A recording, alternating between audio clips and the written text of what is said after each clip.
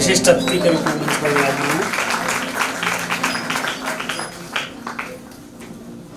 कालिदास ने शताब्दियों पूर्व कहा है कि श्लिष्टा क्रिया कस्यचित् आत्मसंस्था संक्रांतिरन्यस्य विशेष युक्ता यस्योभयं सतु शिक्षकाणां धुरी प्रतिष्ठापयितव्येव। अर्थात किसी व्यक्ति की श्लिष्ट क्रिया होती है।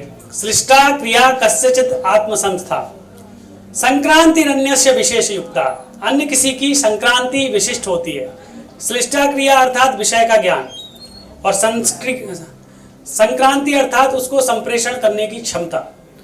संक्रांतिरन्यस्य विशेष युक्ता यस्योभयं सतु शिक्षकाणाम, यहाँ शिक्षक शब्द की अनुवृत्ति है संपूर्ण मानवीय व्यवहार और व्यक्तित्व से, और जिसके पास दोनों हैं, ज्ञान तथा उसका संप्रेषण, इन दोनों को जो धारण करता है उसकी ही वास्तविक धुरी स्थापित होती है, उसका नाम स्थापित होता है।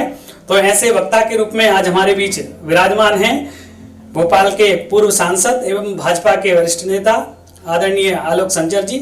आपका एक बार फिर से तालियों से स्वागत है। आदरणीय को एक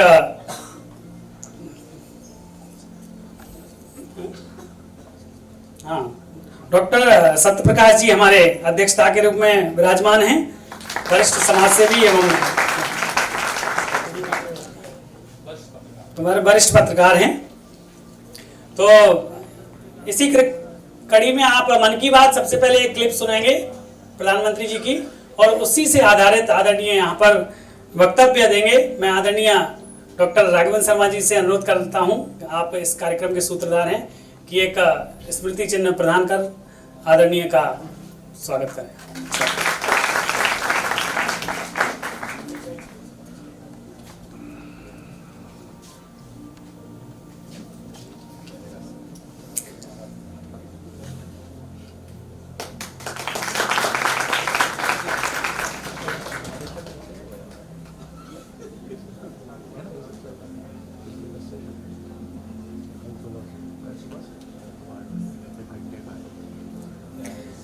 डॉक्टर राघवन शर्मा जी आदरणीय, आप इस संपूर्ण मन की बात कार्यक्रम के सूत्रधार हैं। आपने ही मन की बात इसकी श्रृंखला की एक पुस्तक लिखी है, तो जोरदार इस साहस इस कार्यक्रम के लिए हम आदरणीय का आभार व्यक्त करते हैं। एक ऐसा कार्यक्रम जिसको Guinness book of world record में सम्मिलित किया गया है, इस तरह का एक ज्ञान यज्ञ करना बहुत ही बड़े उत्साह और परिश्रम का विषय होता है। तो आप निश्चित ही संपूर्ण भारत के लिए एक विशिष्ट कार्य करने हेतु बड़े ही प्रशंसा के पात्र हैं, और सभी के लिए हम सभी के लिए प्रेरणा के स्रोत हैं। आदरणीय से कहूँगा दो शब्द इस कार्यक्रम के लिए नौनिहाल कहें।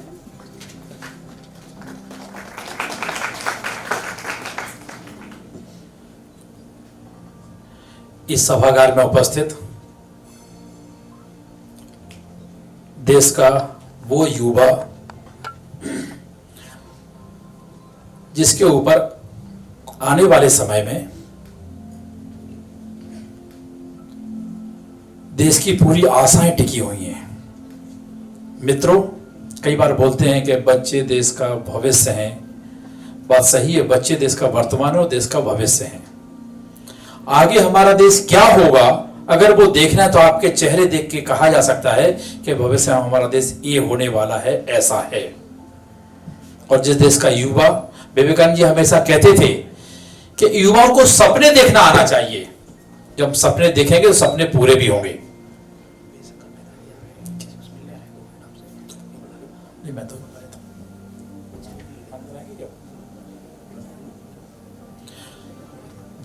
तो वास्तव में हमें वो सब आना चाहिए। जैसे मैं अभी पिछले सत्र में मुझे एक सुनते हुए एक वाक्य याद आ गया, तो मैंने सुनाया, मैं उसको फिर से एक बार रिपीट करता हूँ। एक क्रांतिकारी हैं, उन्होंने कहा है, जाऊंगा खाली हाथ, जाऊंगा खाली हाथ, मगर ये दर्द साथ ले जाऊंगा। ना जाने किस दिन मेरा भारत आजाद वतन कहलाएगा। बिस्मिल, हिंदू हैं, कहते हैं आऊंगा आऊंगा और आकर के भारत माता तुझको आजाद कराऊंगा। जी करता है मैं भी कह दूं, पर मजहब में बंध जाता हूं। वो बोलते हैं मुसलमान हूं, पुनर्जन्म की बात नहीं कह पाता हूं, मगर खुदा मिल जाए कहीं तो अपनी झोली फैला दूंगा और जन्नत के बदले बस एक पुनर्जन्म ही मांगूंगा। प्यारे प्यारे मित्रों, हम सबके बीच में इस देश की, और मैं कहूं देश की नहीं, इस दुनिया की ऐसी बड़ी आध्यात्मिक विभूति हैं जिनको आप सब लोग नाम से बहुत अच्छी तरह से जानते होंगे। हम सबके बीच में उपस्थित हैं आदरणीय विजय शंकर मेहता साहब।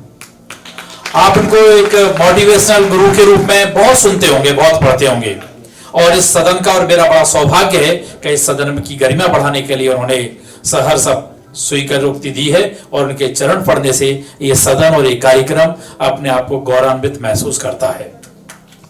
मैं आपसे निवेदन करता हूं करतल ध्वनि के साथ में आप उनको आमंत्रित कीजिए और आप इतनी तालियां बजाइए कि आप सबको आशीर्वचन के रूप में विजय शंकर मेहता जी आप सबको आशीर्वाद दें।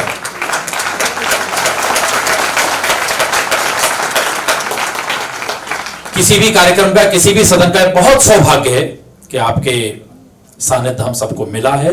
और ये आदरणीय भाई साहब, मन की बात का कार्यक्रम हम लोगों ने तय किया था कि 100 घंटे हम इसको नॉट आउट चलाएंगे। जब हम लोग तय कर रहे थे तो लग रहा था कि टास्क कठिन है, 100 घंटे चलाना बहुत कठिन काम है। हमारे एक साथी बैठे थे साथ, हम लोग चर्चा कर रहे थे कि जब हम लोग घर में अखंड रामायण करते हैं तो रात में 3 और 4 बजे केवल वही लोग होते हैं जिनको मजबूरी में पढ़ना होता है, वो भी आधी नींद में पढ़ते हैं। आप तो 5 दिन का लगातार बात कर रहे हो। हम लोगों को लग रहा था कैसे संभव होगा, लेकिन हमारे 2 आधार फिल्म कहें, हमारे आशीर्वाददाता कहें, जिसमें अजातशत्रु जी, डॉक्टर अजय शंकर मेहता जी, दोनों ने कहा कि नहीं ये हो सकता है। हम हर कोई मीटिंग करते थे, मीटिंग के बाद मैं अजातशत्रु जी वैसा से पूछता था, डॉक्टर मेहता साहब से पूछता था कि वैसे ये हो जाएगा ना।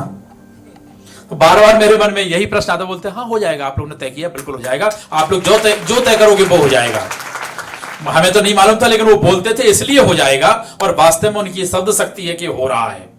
नॉट आउट लगभग 38 घंटे पूरे हो चुके हैं। हर घंटे में ये पूरा सदन भरता है, हर घंटे में खाली होता है, और ये प्रत्येक घंटे का क्रम है, पिछले 38 घंटे से लगातार चल रहा है। और जब ये 100 घंटे पूरे हो जाएंगे तो ये रविंद्र भवन का ये हॉल इतना तपस्वी वातावरण से, इतनी ऊर्जा से भर जाएगा कि आप कल्पना नहीं कर सकते, क्योंकि इतनी इतनी महान विभूतियां, इतने दिव्य पुरुष आप सबको दर्शन देने के लिए आ रहे हैं। तो मैं कुछ आशीर्वचन देंगे वैसे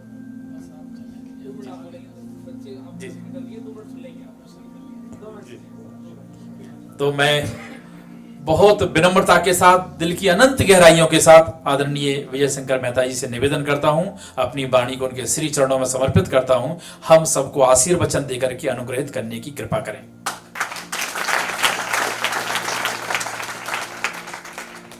हमारे हनुमान, जय श्री कृष्णा।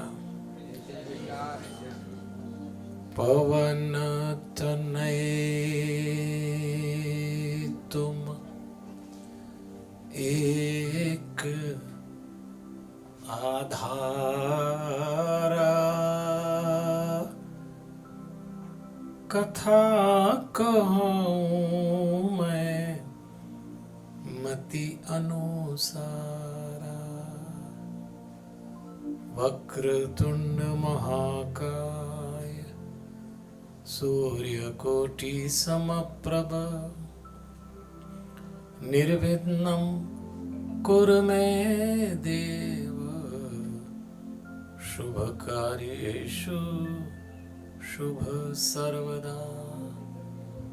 गुरुर्ब्रह्मा गुरुर्विष्णु गुरुर्देव महेश्वर, गुरुर्साक्षात् परब्रह्म, तस्मै श्री गुरुवे नमः। आदरणीय सत्येंद्र जी और जितने सब बैठे हैं, अगर ये बात देखी जाए कि सबसे पहले संसार में मन की बात किसने करी, मन की बात कार्यक्रम में है, तो हम तो हनुमान जी के बहुत छोटे से भक्त हैं। सारी दुनिया में हनुमान जी का गुणगान करते हैं, हनुमान जी हमारी सांस में बसते हैं। तो सबसे पहले रामचरितमानस में सुंदर कांड में हनुमान जी ने मन की बात की थी। मुझे नहीं मालूम मोदी जी ने मन की बात क्या सोच के आरंभ की, ये विषय, ये टाइटल शायद उनको भी मालूम होगा कि संसार में सबसे पहले मन की बात हनुमान जी ने ही करी थी। और इसीलिए सुंदर कांड में एक चौपाई आती है, मन महु कर तरक करे कपि लागा। हनुमान जी महाराज ने मन ही मन सोचा था लंका में। तो एक तो मन की बात बोलने में हनुमान जी बहुत माहिर थे, और दूसरा मन की बात सुनने में भी बहुत माहिर थे। किसी की मन की बात सुनना मन की बात बोलने से भी कठिन है। और हनुमान जी ने एक त्रिजटा नाम की राक्षसी की मन की बात सुन ली थी। और त्रिजटा ने कहा था, सपने बानर लंका जारी जात उधान सेना सम्मारी। त्रिजटा ने सीता जी से कहा था कि मैंने सपना देखा है कि लंका में एक बंदर आया और उसने लंका जला दी। तो हनुमान जी सोचने लगे, मैं लंका में आया, ये सपना इसको कहाँ से आ गया? राक्षसी को बड़ी तगड़ी सुरक्षा व्यवस्था है। पर हनुमान जी ने कहा कि मेरे पास तो माचिस की तीली भी नहीं है, कैसे लंका जलाऊंगा? अब ये बात मैं इसलिए बोल रहा हूं कि जिनकी मन की बात दिल से निकलती है, गहराई से निकलती है, वो पूरी भी हो जाती है। तो हनुमान जी की मन की बात ये थी कि लंका कैसे जलाऊंगा, मेरे पास तो व्यवस्था नहीं है। और जैसे ही रावण ने आदेश दिया कि इस बंदर के अंग भंग करो, तो विभीषण ने कहा दूत को नहीं मारा जाता। तो रावण ने खुद ही बोल दिया, एक काम करो, फिर इसकी पूंछ में आग लगा दो। हनुमान जी ने कहा ये बढ़िया रहा, अपने को कुछ करना ही नहीं है। तभी उसने आदेश दे दिया कि लंका के खजाने में जितना तेल, जितना घी, जितना कपड़े हो सब लाओ और इस बंदर की पूंछ में आग लगाओ। इतना तेल, इतना घी, इतने कपड़े लपेटे कि रावण के मंत्रियों ने रावण से कहा कि खजाना खाली हो गया, ना कपड़े बचे, ना तेल, ना घी, अगर कुछ बचा तो इसकी पूंछ अभी भी बची। फिर क्या करें? उन्होंने कहा लंका में जितने घर हैं वहां कहो, आदेश दो कि लंका के हर घर से कपड़ा, तेल, घी ला के लपेटो। घर घर से तेल, घी, कपड़ा आया। आप सुंदरकांड में पढ़ते सुनते देखते होंगे। फिर सबने रावण से कहा, मंत्रियों ने, कि लंका के किसी घर में न तेल बचा, न घी, न कपड़ा कुछ बचा, तो इसकी पूंछ बची। अभी क्या करें? इतने ही कपड़े बचे जितने हम और आप पहने, अब ये भी लगाएं क्या उतार के? और ये रावण ने कहा ये तो ठीक है, तो आग ही लगा दो। ऐसी आग लगाई। कभी सुंदरकांड पढ़ना बच्चों, उलटी पुलटी लंका सब जारी। उलटी पुलटी लंका में आग नहीं लगाई, सेकी थी।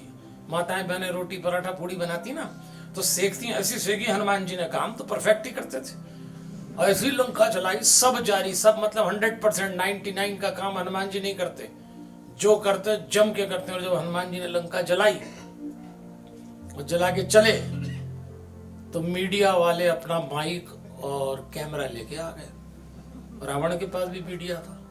मीडिया तो रावणों के पास ही ज्यादा होता है आजकल। आ गए,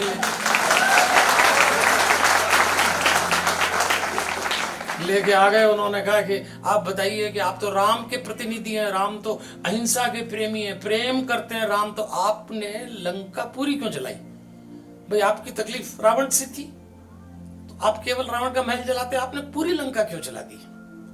हनुमान जी ने मीडिया वालों से कहते कि भैया इतनी समझ अकल हम में है नहीं, लेकिन हम तो इतना जानते हैं। और जो हनुमान जी ने बोला वही हम सबके लिए सबक है।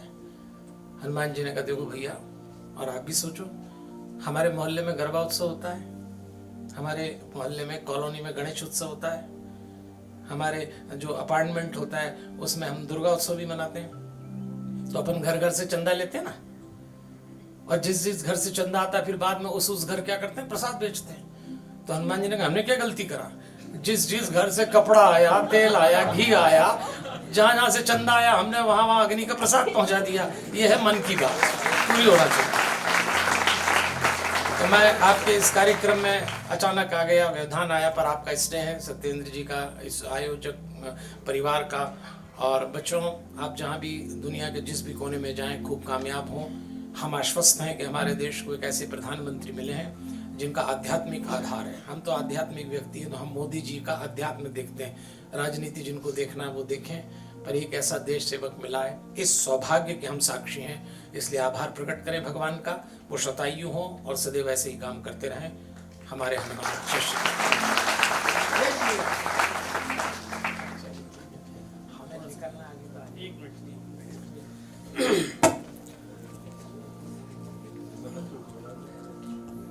धन्यवाद आदरणीय। मैं आदरणीय डॉक्टर राघवेंद्र शर्मा जी से अनुरोध करूंगा कि एक मन की बात का एक लेखनी है और उसको आदरणीय को प्रदान करें। और एक लेख पुस्तक है मोदी 20। जैसा कि कहा गया है पंचतंत्र में, पंडितोपि वरम शत्रु मूर्खो हितकार का, वानरेण हतो राजा विप्राचौरेण रक्षिता।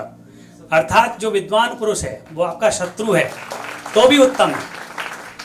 पंडितोपि वरम शत्रु मूर्खो हितकार का, अगर मूर्ख व्यक्ति हितकारक है तो वो बहुत ही खतरनाक है। आपने कहानी सुनी है वानर की जिसने गला तलवार से काट दिया था। तो वानरेण हतो राजा विप्राचौरेण रक्षिता। इसी समय पे यह ज्ञात होता है कि हमें विद्वान पुरुषों का, विद्वज्जनों का, श्रेष्ठ जनों का आशीर्वाद अपेक्षित है। अतः इस परंपरा का संवहन करते हुए हमारे आदरणीय डॉक्टर राघवन शर्मा जी, जो कि टास्क इंटरनेशनल फाउंडेशन के चेयरमैन भी हैं, हाँ सर जी, वो तालियों के साथ आप इनका अभिवादन करें। अब एक छोटी सी क्लिप और मैं आज के वक्ता जी को यह मंच प्रदान करता हूं कि आप अपना वक्तव्य रखें। उससे पहले एक छोटी सी क्लिप होगी 35 नंबर। जब हिंसा की खबरें आती हैं तो देश को चिंता होना बड़ा स्वाभाविक है। ये हमारा देश बुद्ध और गांधी का देश है। देश की एकता के लिए जी जान लगाने देने वाले सरदार पटेल का देश है। सदियों से हमारे पूर्वजों ने सार्वजनिक जीवन मूल्यों को, अहिंसा को, समादर को स्वीकार किया हुआ है, हमारी जहन में भरा हुआ है। अहिंसा परमो धर्म, ये हम बचपन से सुनते आए हैं, कहते आए हैं। मैंने लाल किले से भी कहा था कि आस्था के नाम पर हिंसा बर्दाश्त नहीं होगी। चाहे वो सांप्रदायिक आस्था हो, चाहे वो राजनीतिक विचारधाराओं के प्रति आस्था हो, चाहे वो व्यक्ति के प्रति आस्था हो, चाहे वो परंपराओं के प्रति आस्था हो। आस्था के नाम पर कानून हाथ में लेने का किसी को अधिकार नहीं है। डॉक्टर बाबा साहब आंबेडकर ने हमें जो संविधान दिया है, उसमें हर व्यक्ति को न्याय पाने की हर प्रकार की व्यवस्था है। मैं देशवासियों को विश्वास दिलाना चाहता हूं, कानून हाथ में लेने वाले, हिंसा के राह पर दमन करने वाले किसी को भी, चाहे वो व्यक्ति हो या समूह हो, न ये देश कभी बर्दाश्त करेगा और न ही कोई सरकार बर्दाश्त करेगी। हर किसी को कानून के सामने झुकना होगा। कानून जवाबदेही तय करेगा और दोषितों को सजा देके रहेगा। मेरे प्यारे देशवासियों, हमारा देश विविधताओं से भरा हुआ है और ये विविधताएं खान पान, रहन सहन, पहनाव वहां तक सीमित नहीं है। जीवन के हर व्यवहार में हमें विविधताएं नजर आती हैं। ठीक है, इसको यहाँ अब इस क्लिप के बाद में आज के आदरणीय वक्ता आदरणीय श्री आलोक संजय जी को आमंत्रित करता हूं कि आप आए, अपने वक्तव्य को, अपने मनोगत को, अपने विचारों को इसके साथ जोड़ते हुए संपूर्ण परिदृश्य के साथ आप उपस्थापित करें। आदरणीय, आपका स्वागत है।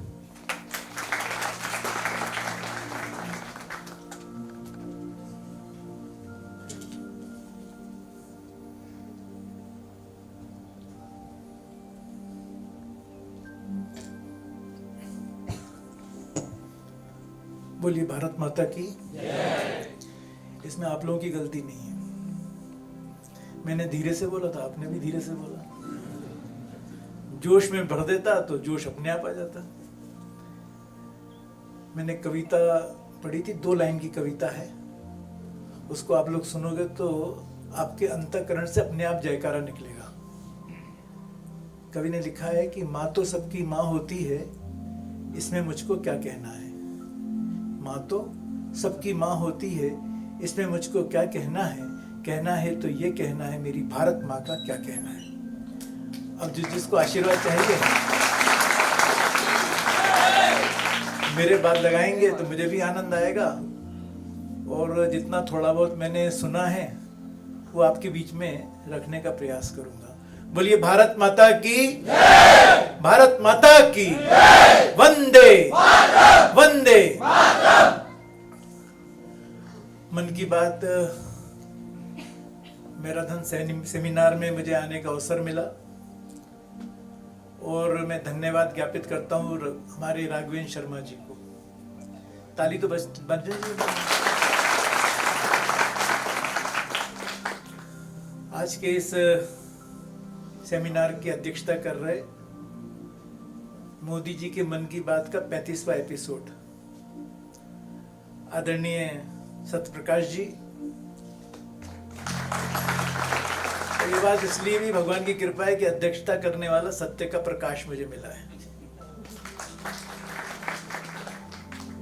मेरे अभिन्न मित्र और मेरे सहयोगी भारतीय जनता पार्टी के हमारे वरिष्ठ कार्यकर्ता जो विशिष्ट अतिथि के रूप में यहाँ उपस्थित हैं, आदरणीय अनिमेष जी भार्गव, और भविष्य में इस देश के भविष्य को चिरायु रखने वाले चिरायु चिकित्सा महाविद्यालय के सभी छात्रगण। वास्तव में भारत का भविष्य आप ही लोग। अभी हमने आदरणीय पंडित विजय शंकर मेहता जी का थोड़ा सा वक्तव्य सुना। वो गहरी बात कहकर चले गए और थोड़ा सा हमने मन की बात 35वां एपिसोड के अभी कुछ झलकियां हमने देखी। अब इन दोनों के बाद थोड़ा थोड़ा बोलने के बाद ही मुझे बोलने का अवसर मिला है, तो मैं ये समझता हूँ कि मुझे तो सूर्य को दीपक दिखाने के लिए कहा गया है। लेकिन सूर्य को कोई दीपक दिखा नहीं सकता है, लेकिन जिसके मन में पूजा का भाव होगा वह सूर्य को जरूर दीपक दिखा देगा। तो मेरा भाव पूजा का भाव है। सचमुच हम सबका सौभाग्य है कि हमारा जो नेतृत्व करता है वह वैश्विक नेता है। आज विश्व में उसका सम्मान है। और यदि मैं एक प्रश्न आपके सामने रखूं और वहीं से अपनी बात शुरू करूं, तो पॉलिटिशियन और लीडर में क्या अंतर है? कोई छात्र बताएगा कि पॉलिटिशियन और लीडर में अंतर क्या होता है? समय कम है इसलिए मैं ही बता देता हूं। Politician makes a followers. जो राजनीतिक होते हैं वो हमेशा अपने फौज खड़ी करता है, मेरे पीछे चलो। और लीडर हमेशा देश को लीडर देता है। लीडर हमेशा देश को लीडर देने का काम करता चला आ रहा है। अभी हनुमान जी का प्रसंग हमने सुना। हनुमान जी की पूंछ में आग लग गई और गुरुजी ने बताया कि जिस जिस घर से सामग्री आई थी उसी घर को प्रसाद भी दिया गया। लेकिन ये हमारे व्यवहारिक जीवन में हम इसका चिंतन करें तो मैं भी बैठे बैठे सोच रहा था कि हम लोग मनुष्य जीवन में, भैया पीछे बात करोगे तो बड़ी दिक्कत होगी मुझे। मैं जब सांसद था ना भैया, तो मैं एम्स अस्पताल का गवर्निंग बॉडी का मेंबर था। तो मेरा एक मित्र मेरे पास आया, उसने मुझसे कहा कि आलोक भाई मेरा बच्चा बोलता नहीं है, इसका इलाज करवा दो। तो मैं एम्स में लेके गया, मैंने डॉक्टर को दिखाया। तो डॉक्टर ने कहा आलोक भाई इसका बोलने का इलाज मत करवाओ।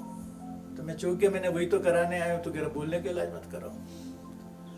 डॉक्टर ने बड़ी सहजता से कहा कि इसका सुनने का इलाज करवाओ, ये सुनता नहीं इसलिए बोलता नहीं है।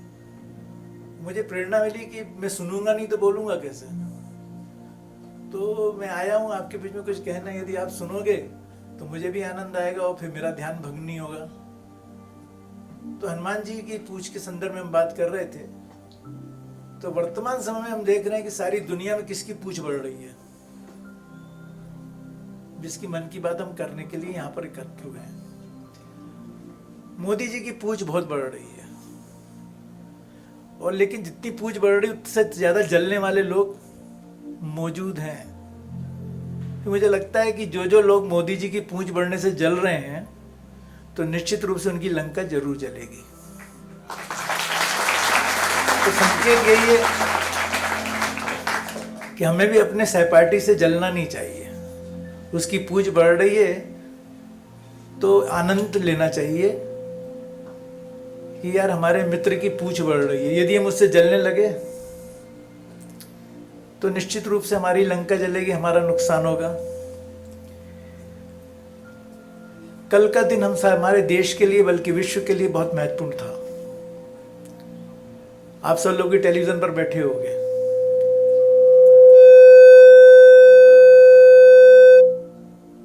ये भी जल रहा है मुझसे।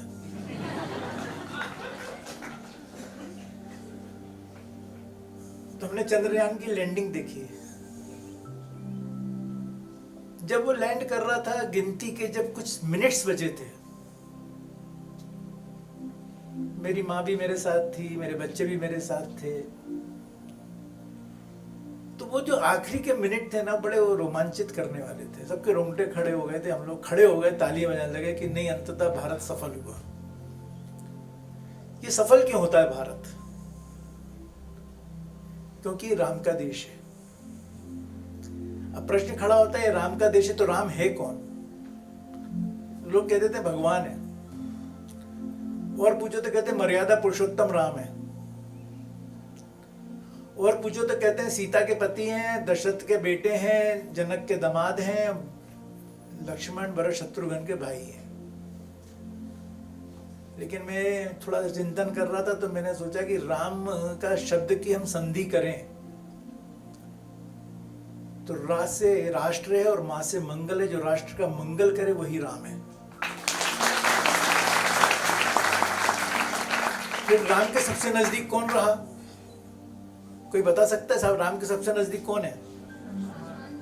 लक्ष्मण। तो राम की संधि करी हमने, तो हम लक्ष्मण शब्द की भी संधि करें। तो लक्ष्य धन मन, जिसका लक्ष्य आगे होगा और मन पीछे होगा, वो अपने आप राम के नजदीक ही रहेगा, राम उसको दूर नहीं करेंगे।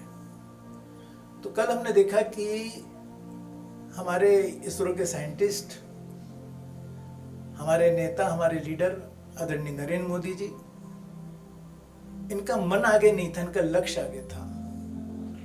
और जब लक्ष्य आगे था तो हमने कल सफलता प्राप्त करी, मन हमारा पीछे। और जीवन में मुझे लगता है यही एक सूत्र भी है कि हम अपने लक्ष्य को आगे रखें, मन को पीछे रखें।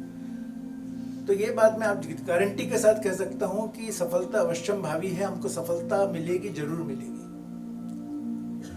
मोदी जी जब प्रधानमंत्री बने पहली बार, तब मैं भी सांसद बना था। 2014 में वो भी पहली बार जीते, मैं भी जीत के भोपाल से गया, आप लोगों ने जिताया।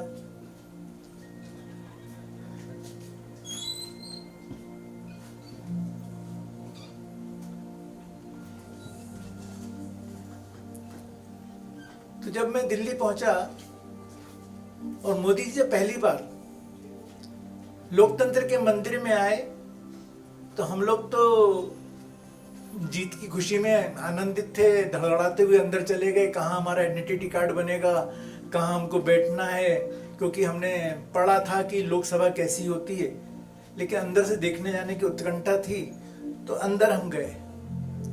अंदर हम देख कर इतने में संकेत हुआ कि आदरणीय नरेंद्र मोदी जी आने वाले हैं। तो मन में लगा कि नरेंद्र मोदी जी को पास से देखेंगे, अवसर मिलेगा तो हाथ ही मिलाएंगे। तो मेन गेट पे जाके हम खड़े हो गए। आने का संकेत हुआ, उनके कमांडोज आ गए, सुरक्षा अधिकारी थे, सबको धक्का दे दे के हटाने लगे। तो हमने कहा भाई अभी नए नए बन कर आए, हमारा नया आइडेंटिटी कार्ड है यार, हमें तो खड़े रहने दो। तो उन्होंने खड़ा रखा। वो दृश्य आप लोगों ने देखा कि नहीं देखा मुझे याद नहीं, लेकिन वो दृश्य आपके सामने रखना चाहता हूं। शायद जो पंडित विजय शंकर मेहता जी कह के गए कि वो मन की बात जो उनके अंदर आती है, वो सिर्फ कहते नहीं है, उसको अपने जीवन में उतारते हैं। लोकतंत्र के मंदिर की प्रथम सीढ़ी पर उन्होंने अपना प्रथम चरण नहीं रखा, उन्होंने साक्षात दंडवत किया। और शायद बहुत धीमे से उन्होंने कहा होगा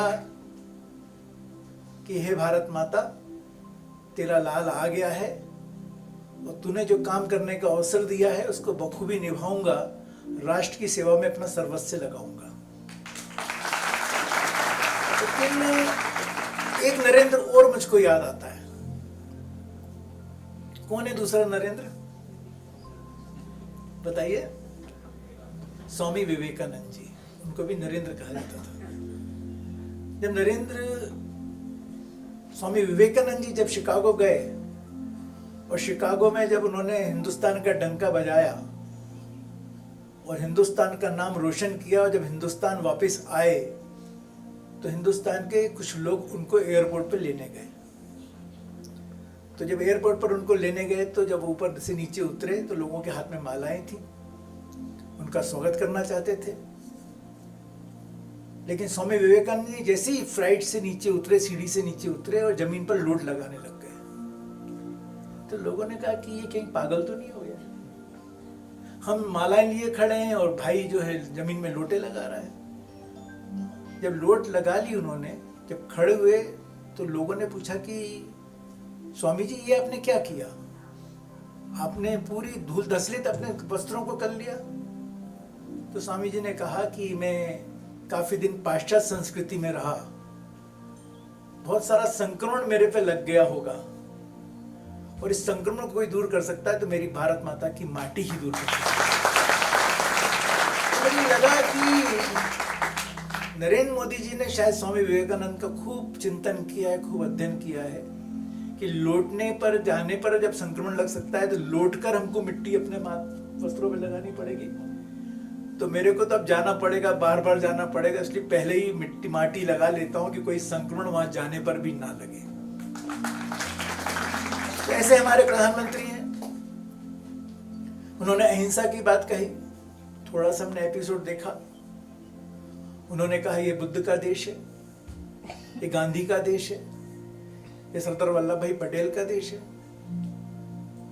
और सिर्फ देश नहीं है, इस देश को मान्यता मिली हुई है, महापुरुष यहाँ पे अनेक नहीं अनेक महापुरुष हुए हैं। तो उन महापुरुषों का सानिध्य पाकर क्या हम देश को आगे और नहीं बढ़ा सकते? जिस देश में हिंसा होगी वो देश कभी प्रगति नहीं करेगा। लेकिन राजनीति में जो होता है कि कोई अच्छा काम करे तो उसकी बुराइयां पहले ढूंढते हैं, उस बात की उन्होंने चिंता नहीं करी। उन्होंने सबसे पहले कहा कि अहिंसा परमो धर्म, यही हमारा एक धर्म है, देश में अहिंसा नहीं होनी चाहिए, हमारा सरोकार किसी का अनादर करने से नहीं होना चाहिए, सबको सम्मान देना चाहिए, और इसलिए उन्होंने कहा कि सबका साथ और सबका विकास और सबका विश्वास।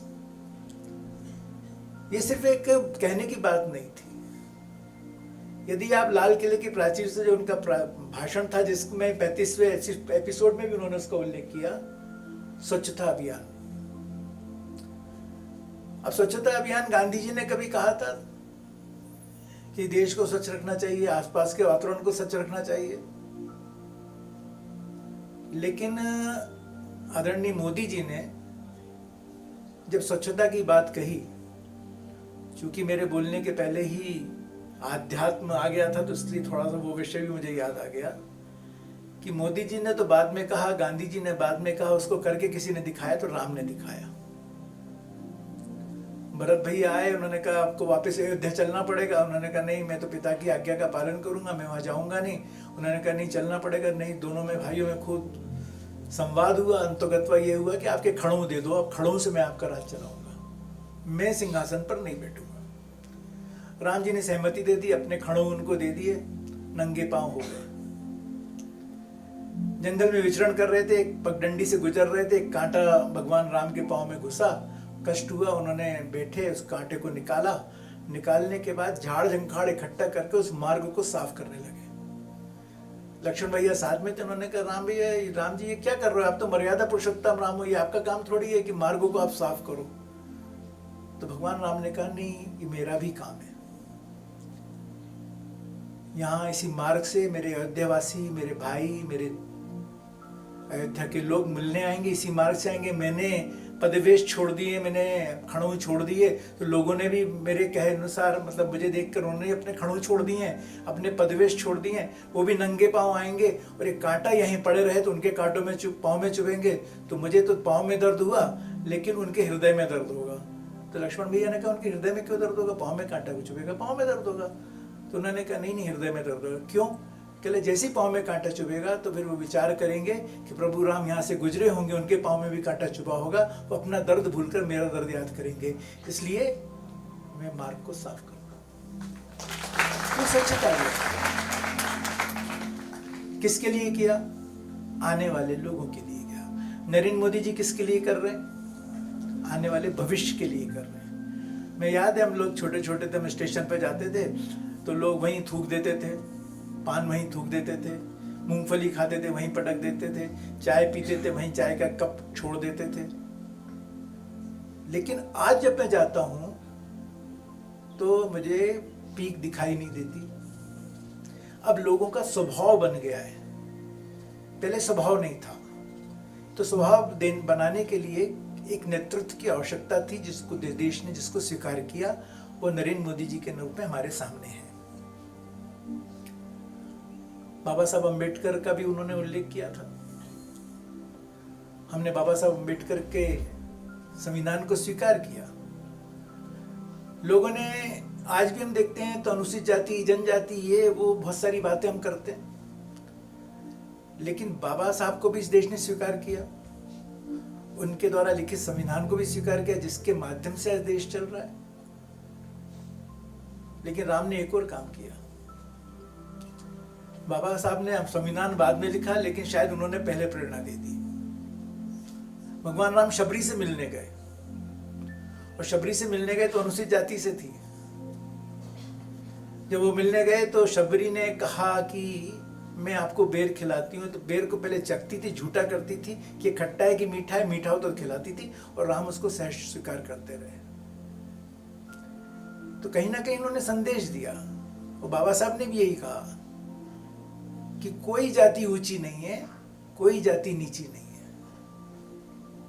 हम सब लोग मनुष्य इंसान हैं। यदि इंसान बन गए तो फिर सारी जो जातियां गौण हो जाती हैं, छुप जाती हैं। ये संदेश हमको भी वहां से मिला। हमारा देश विविधताओं से भरा हुआ, अनेक धर्म यहाँ पर हैं, बल्कि मैं कहूँ तो 365 दिन यहाँ पर त्योहार चलते हैं। ऐसा कोई सा दिन नहीं है कि जिस दिन त्योहार न रखते हो, उपास न रखते हो। लोग सोमवार को दिन से उपास रखते हैं, सोमवार, मंगलवार, बुधवार, गुरुवार, शुक्रवार, शनिवार। अभी मैंने तो इतवार को भी लोगों, मैंने कहा इतवार को रखते के लिए एतबार होता है उसमें। तो हम 7 दिन 365 दिन त्योहार मनाते हैं। ये त्योहार हमारे देश में ही बनते हैं, दूसरे देशों में तो नहीं बनते हैं, और ये प्रकृति के अनुसार बनते हैं। यदि हम देखें तो हमारे यहाँ जो हमारे पूर्वज थे, उन लोगों ने जो व्यवस्था बनाई थी, उस व्यवस्था के अनुरूप हम चलने का काम कर रहे हैं। अभी आजकल विवाह जो है बंद है। कहा जाता है कि गुरुजी बैठे हुए, भगवान सो रहे हैं अभी, ऐसा कहते हैं ना, भगवान विश्राम कर रहे हैं। भगवान विश्राम नहीं कर रहे हैं, भगवान कभी विश्राम नहीं करते। लेकिन हमारे पूर्वजों ने कहा कि पहले जो भोजन होता था ना, शादी ब्याह होते थे, तो इन दिनों, बरसात के दिनों में कीड़े मकोड़े बहुत पैदा होते हैं। जहां रोशनी होती है वहां पे कीड़े मकोड़े जाते हैं और उसमें जल के मर जाते हैं। तो इसलिए वो रोशनी ना करना, जिसके कारण एक कीड़े मकोड़े की भी मृत्यु हो जाए, वो भोजन में गिर जाए तो मर जाए, वो भोजन हम खा लें तो। और दूसरा, पहले, आजकल तो प्लास्टिक की प्लेटें मिलती हैं, पहले तो हमको पत्तलों में भोजन कराया जाता था। पत्तल में यदि हम भोजन छोड़ देते थे, पहले तो छोड़ते नहीं थे, छोड़ देते तो उसको फेंकते, तो गाय या पशु खाते थे तो वो मरते नहीं थे, पत्ता पच जाता था। लेकिन प्लास्टिक खा लेते हैं तो उनको अपना जीवन जीना दुश्वारी हो जाती है। तो पत्ता भी, जो अभी इन दिनों पत्ता अपनी आयु पूरी जी ले, 4 महीने, इसलिए अब जो है हमारे यहाँ विवाह भी निषेध किए गए। तो निश्चित रूप से हम सब लोग यहाँ पर उपस्थित हैं और मोदी जी की मन की बात के विषय पर हम चर्चा कर रहे हैं। मोदी जी ने एक एक तारीख पर अलग अलग बात करी है। 2 अक्टूबर के संदर्भ मैंने आपको बताया। मैं तो आप सबसे आग्रह करूंगा कि सिर्फ 2 अक्टूबर नहीं, हर दिन हमारा 2 अक्टूबर हो। हम देखते हैं 2 अक्टूबर के दिन तो हम लोग योजना बनाकर, प्लानिंग कर कि आज हम स्वच्छता अभियान से जुड़ेंगे।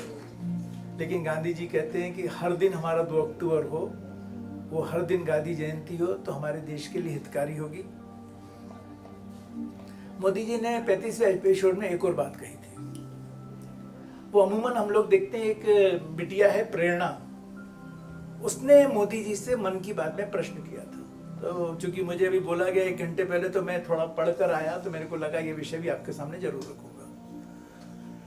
उस प्रेरणा ने ये बोला कि मैं अपनी सहेली के साथ मॉल में गई थी, और मैं जब मॉल में गई तो मेरी सहेली ने वहां पर खूब खर्चा किया।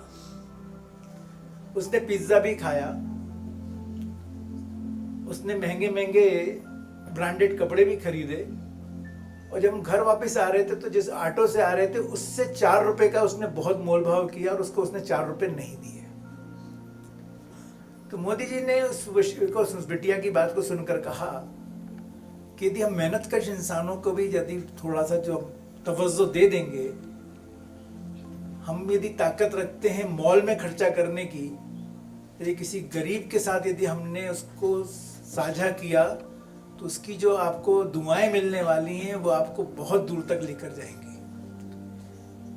मुझे लगता है कि जनधन योजना के बारे में भी इसी को जोड़ना चाहिए। आप लोगों ने जनधन योजना पढ़ी है, सुनी होगी, देखी होगी। मोदी जी ने योजना चलाई तो पहले बहुत मजाक उड़ाया गया कि कैसे खुलेंगे इतने सारे करोड़ों बैंकों में अकाउंट, और वो भी जीरो बैलेंस पर। लेकिन जहां चाह होती है वहां राह होती है। उन्होंने अपने मन की सुन ली थी कि ये देश के गरीबों के खाते खुलवाऊंगा, और उन्होंने खाते खुलवाना शुरू किया। लोगों ने बहुत सारा उपहास किया, लोगों ने आर्टिकल्स भी लिखे, टेलीविजन पर बहस भी हमने सुनी, लेकिन उनके कदम रुके नहीं। उन्होंने खाते खुलवाना शुरू किए, टारगेट दिए गए, बैंक्स को टारगेट दिए गए, खाते खुल गए, गरीबों के खाते खुल गए। पहले गरीब जाने से डरते थे कि हम जाके साइन कैसे करेंगे, उनको समझाया गया, उनका डर निकाला गया, आज उनके खाते खुल गए। आपको उदाहरण देता हूं कि हमारे घर पे सब्जी वाला ठेला लेकर आता है, हमने यदि उससे 22 रुपये 50 पैसे की सब्जी खरीदी तो हम 22 रुपये उसको दे देते थे, नहीं है 50 पैसे छोड़ दो। लेकिन जब से उसके खाते खुल गए वो कहता है कि आप तो लाइए, अपना मोबाइल लाइए और इसमें कर दीजिए 22 रुपये 50 पैसे पूरे उसको मिलते हैं। 50 पैसे का लाभ जो है, नुकसान नहीं होता। मैं आपको एक ओरिजिनल घटना सुना रहा हूँ मेरे घर की। मेरे घर में बाई काम करने आती है, मेरी पत्नी बैंक में नौकरी करती है। मेरी पत्नी को भी टारगेट दिया गया था, तो उसने कहा चलो भाई तुम्हारा खाता खुलवाते थे। उसने कहा नहीं मुझे नहीं खुलवाना। फिर मैंने भी समझाया, वो खैर बैंक चली गई, उसका खाता खुल गया। उसका पति सुबह से लेकर शाम तक दारू पीता है, वो सुबह से लेकर शाम मेहनत करती है, तो छुपा छुपा के पैसे रखती थी। पति ढूंढ ढूंढ के पैसे निकालता था, तो उसके पास 25,000 रुपये इकट्ठा थे। मेरी पत्नी ने उसके 25,000 रुपये भोपाल कोऑपरेटिव बैंक में जमा करा दिए। 2 हफ्ते बाद वो मेरे घर आई और रोती हुई आई। मैंने क्या हो गया? कहले भैया रात को मेरी झुग्गी में आग लग गई, सब कुछ जलकर सुहा हो गया। लेकिन भैया मैं आपको धन्यवाद देती हूँ, भाभी को धन्यवाद देती हूँ कि मेरे 25,000 बच गए। मुझे लगा कि सच में यदि उसका अकाउंट ना खुला होता तो ये 25,000 भी उसके सुहा हो जाते हैं। उसने धन्यवाद दिया, तो हम दोनों ने इकट्ठा कहा कि हमको मत दो धन्यवाद, धन्यवाद देना है तो देश के प्रधानमंत्री को दे दो, नरेंद्र मोदी जी को दे दो, जिन्होंने तुम्हारे बारे में सोचा, जिन्होंने इस बात को देखा। मोदी जी ने खेलों को लेकर भी, युवाओं को लेकर भी बात करी है 35वें एपिसोड में। हमारा राष्ट्रीय खेल दिवस कब आता है? हाँ कब आता है? 29 अगस्त को। तो हमारा राष्ट्रीय खेल दिवस क्यों मनाया जाता है? ये कि हमारे देश का बहुत बड़ा खिलाड़ी, हॉकी में जिसको जादूगर कहा जाता, सारी दुनिया उसका लोहा मानती थी, मेजर ध्यानचंद जी हॉकी का जादूगर कहा जाता था। उनका जन्मदिन, इसलिए उसको राष्ट्रीय खेल दिवस का रूप में हम मनाना शुरू किए। मोदी जी ने युवाओं से अपील की है कि आप लोग खेलों के प्रति रुझान दो, क्योंकि आप लोग सब पढ़ने वाले बच्चे हो, 24 घंटे पढ़ते रहे, आप लोगों को खेल के मैदान से कोई वास्ता नहीं रहा। लेकिन किसी ने बहुत सुंदर बात कही है कि हम जल से नहाते हैं तो स्वच्छ हो जाते हैं, और पसीने से नहाते हैं तो पवित्र हो जाते हैं। तो हमें पवित्रता कैसे आए? मैं अपने एक मित्र के घर गया तो मैंने देखा उसका बेटा जो था बड़ा गोलू गोलू था। तो मैंने कहा यार तुम क्या कल भाई साहब, मानते ही नहीं है, मैगी खाते हैं, पिस्ता खाते हैं, क्या जाने क्या क्या मुझे बोलते हैं आजकल, मैं तो खाता नहीं। ये खाते हैं, फास्ट फूड खाते हैं, इसलिए फास्ट मोटे हो रहे हैं। तो मैंने कहा बेटा खाओ, उसमें कोई आपत्ति नहीं, लेकिन खेला भी तो करो। कहले ठीक है अंकल मैं खेलूंगा।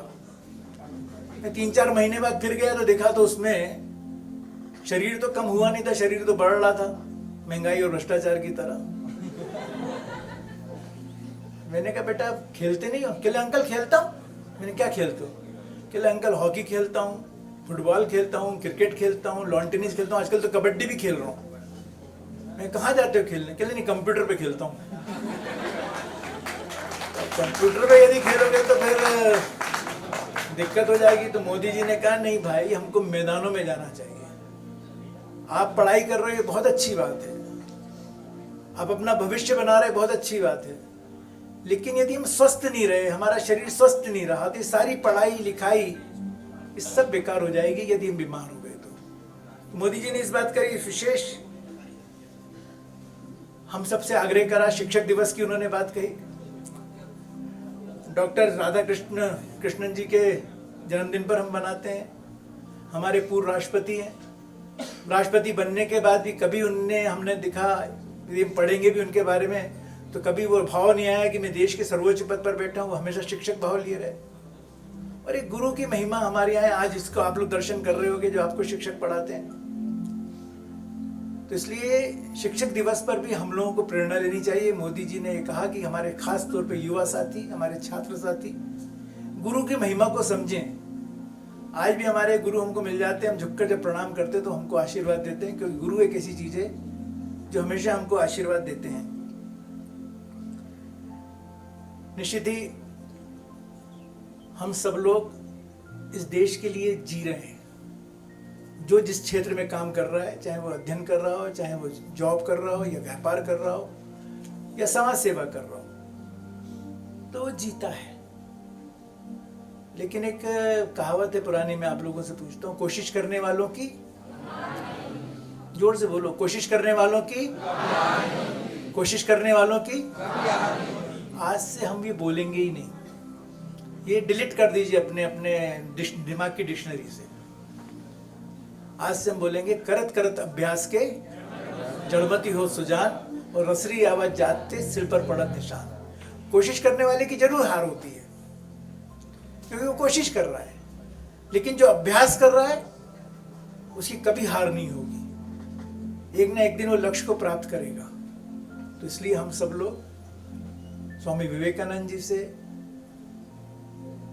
आज वर्तमान के नरेंद्र से, हमारे देश के वो सब राष्ट्रभक्त लोग, वो सब प्रेरणा के स्रोत जो थे, उनसे हम प्रेरणा लेंगे। और प्रेरणा नहीं ले लेंगे, हम निरंतर आगे बढ़ेंगे। एक बात और मोदी जी ने बहुत सुंदर बात कही। समय बता देना, मैं जल्दी खत्म करता हूं। मोदी जी ने हमेशा कहा है कि देने का भाव। बोर तो नहीं हो रहे बच्चे आप लोग? बोर हो रहे हो ना? एक बिटिया कह रही, मैं जल्दी खत्म करता हूँ। मैंने थोड़ा सा सुना, जल्दी सुना, तो मैं आपके बीच में अपनी बात कहने का प्रयास कर रहा हूँ, शायद वो भी मेरी मन की बात बन जाए। तो एक जगह दो दुकानें थी किराने की। एक किराने की दुकान बहुत चलती थी और एक बिल्कुल नहीं चलती थी। तो जिसकी नहीं चलती थी उसका बेटा बाहर से जब पढ़कर आया तो बड़ा निराश भाव से बोला, पिताजी सामने वाली दुकान में इतनी भीड़ रहती है और हमारी दुकान में तो लोग आते नहीं है, क्या कारण है? कहले मुझे भी नहीं पता, जो सामान उसके यहाँ है वो सामान मेरे यहाँ है। तो बेटे ने कहा कि पिताजी आप एक काम करो, आप 5-6 दिन घर बैठो, मैं दुकान पे बैठूंगा।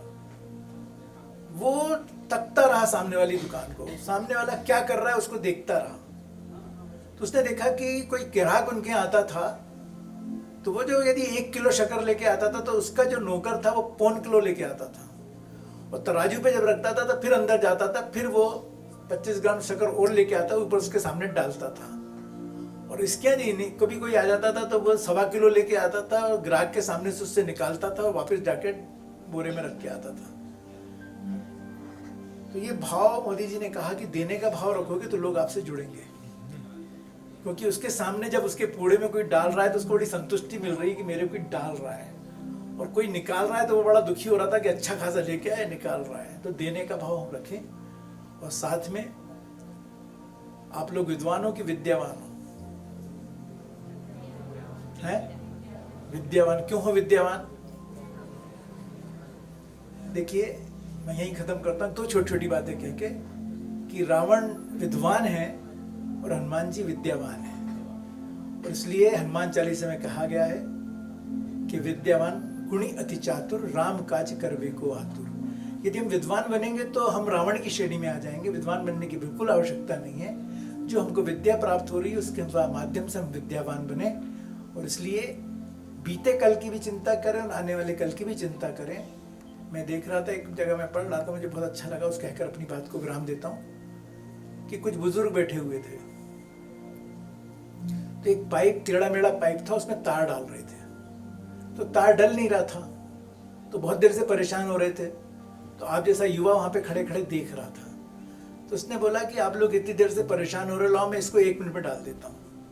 तो उन्होंने कहा बेटा हम बहुत देर से परेशान हो रहे हैं, सब लोग 5 लोग मिलकर प्रयास कर चुके हैं लेकिन नहीं डल रहा है, कहले आप मुझको दीजिए। तो उसने कुछ नहीं करा, तार लिया, एक चूहा पकड़ के लाया, उसकी पूंछ में तार को बांधा और टेढ़े मेढ़े पाइप में छोड़ दिया। चूहा उधर से उधर निकल गया, तार बाहर आ गया। तो ये टेक्निक का जमाना। हम टेक्निक के साथ चलेंगे तो निश्चित रूप से आगे बढ़ेंगे, लेकिन हमको अनुभव का भी लाभ लेना है। घर में आग लग गई, सब भाग के 2 बज गए, एक लंगड़ा और दूसरा अंधा। अंधा भाग सकता था लेकिन वहीं भाग रहा था जहां से आग आ रही है, और लंगड़ा देख रहा था लेकिन भाग नहीं सकता, तो आग उसके पास भी आ रही थी। तो लंगड़े ने अंधे से कहा कि अपन दोनों यदि मिल जाएं तो हम दोनों बच सकते हैं। तो कैसे? कहले मैं आवाज देता हूं, तुम मेरी आवाज के सहारे मेरे पास आओ, मुझे अपने कंधे पर बिठाओ, मैं तुमको रास्ता दिखाऊंगा, तुम उस पर चल देना। तो हम दोनों बच गए। अब प्रश्न ये खड़ा होता है कि अंधा कौन और लंगड़ा कौन? वर्तमान समय में अंधा कौन है और लंगड़ा कौन है? तो अंधी है जवानी और लंगड़ा है बुढ़ापा। बुढ़ापे के पास होश है और लंगड़े के पास, जो युवा है उसके पास जोश है। तो अंधे के पास जोश है और लंगड़े के पास होश है। होश और जोश मिल जाएंगे तो मोदी जी की मन की बात हम सुनेंगे तो सार्थक होगा। मैं तो अंतिम में यही आग्रह करूंगा कि हर Sunday, last Sunday, Modi ji की मन की बात को यदि आप सुनोगे तो मैं ये कह सकता हूँ कि एक अच्छे वक्ता भी बन जाओगे और आपको लगेगा कि देश के बारे में मुझे भी चिंतन करना है, क्योंकि वो मन की बात में जो कहते हैं वो उसको 2 या 3 महीने में इम्प्लीमेंट करते हैं। मैंने जब उन्होंने नोटबंदी की बात करी थी, वो मैंने मन की बात में जब सुना था, उसको मैंने जब चिंतन करा तो फिर उसको मैंने 0 आवर में जब बोला तो मेरी प्रशंसा हुई थी। हम सब, आप सबसे यही आग्रह करते हैं कि राघवेंद्र जी ने एक सुंदर जो एपिसोड यहाँ पे 100 एपिसोड का कार्यक्रम रखा है, कहीं ना कहीं हमने हमारी पुरानी जो भी बातें विस्मृत हो गई तो उनको पुनः याद करने का काम किया। एक बार फिर आप सबको प्रणाम करते हुए आपके सबके सुंदर भविष्य के माध्यम से देश का सुंदर भविष्य बने, इस आशा के साथ मैं अपने स्थान को ग्रहण करता हूँ। जय हिंद, भारत माता की जय, वंदे मातरम।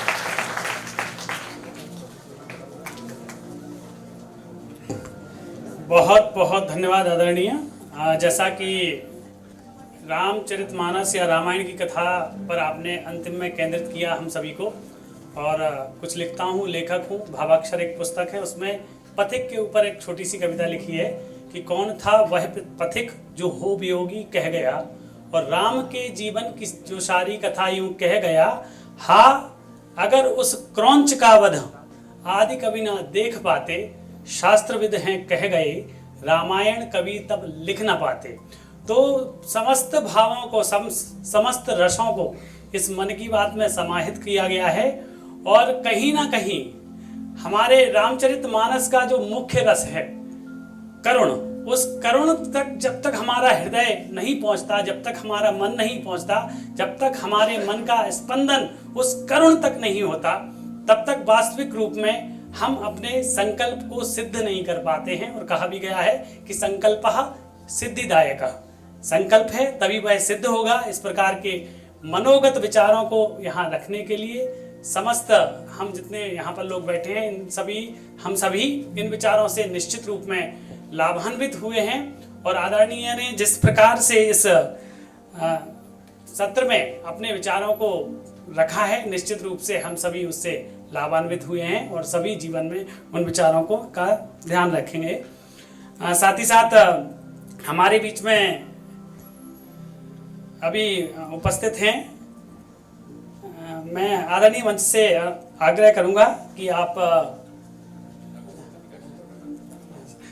डॉक्टर सत्यप्रकाश जी और आदरणीय आज के मुख्य वक्ता जी आलोक सिंजर जी, आदरणीय आप ने इस सत्र के लिए बहुत अत्यधिक रोचक ढंग से अपने विचारों को रखा। अब हमारे बीच में विराजमान हैं आदरणीय श्री कविंद्र कियावत जी, जो कि आईएएस हैं, वरिष्ठ आईएएस हैं। आप हमारे बीच में हैं, आपसे आग्रह करता हूं कृपया मंचासीन हों आदरणीय। साथ ही साथ हमारे बीच में जोरदार तालियों से महोदय का स्वागत करेंगे। हमारे बीच में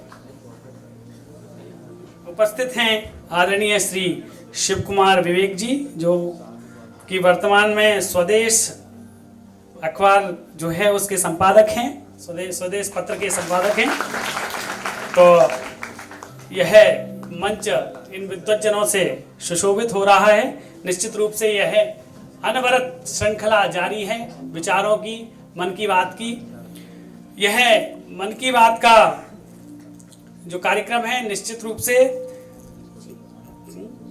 36 घंटों से लगातार चल रहा है। 35 घंटे पूरे हो गए हैं और ये 36वां हमारा प्रारंभ है। तो इसमें अपने विचारों को, अपने मनोगत भावों को उपस्थापित करने के लिए मैं इस सत्र के वक्ता आदरणीय श्री कविंद्र कियावत महोदय जी को से आग्रह करता हूं कि आप मंच पर आएं और अपने मनोगत भावों को व्यक्त करें।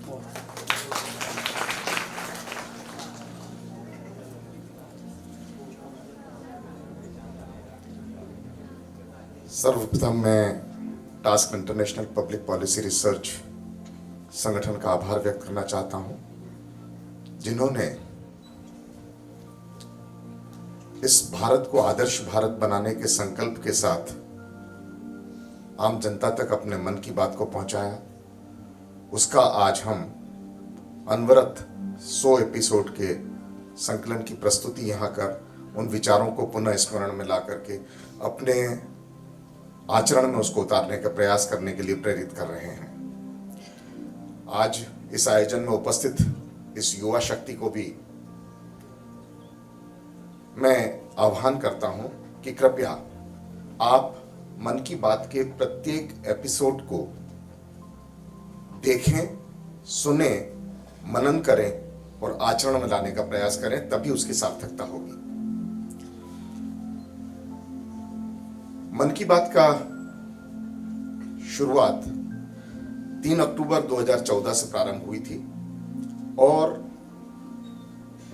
माननीय नरेंद्र मोदी जी ने प्रारंभ में ही यह बात कही थी कि उन्होंने अपने सार्वजनिक और राजनीतिक जीवन में देश के 500 से अधिक जिलों में भ्रमण किया, 400 से अधिक जिलों के अंदर रात्रि विश्राम किया और स्थानीय संस्कृति से रूबरू हुए। अपने राजनीतिक सफर में आम जनता के बीच में जाने पर उन्हें नए नए अनुभव हुए। कई ऐसे लोकल इनिशिएटिव्स थे जिनसे आम जनता रूबरू नहीं हुई थी, लेकिन उसका स्थानीय प्रभाव बड़ा चमत्कृत करने वाला था।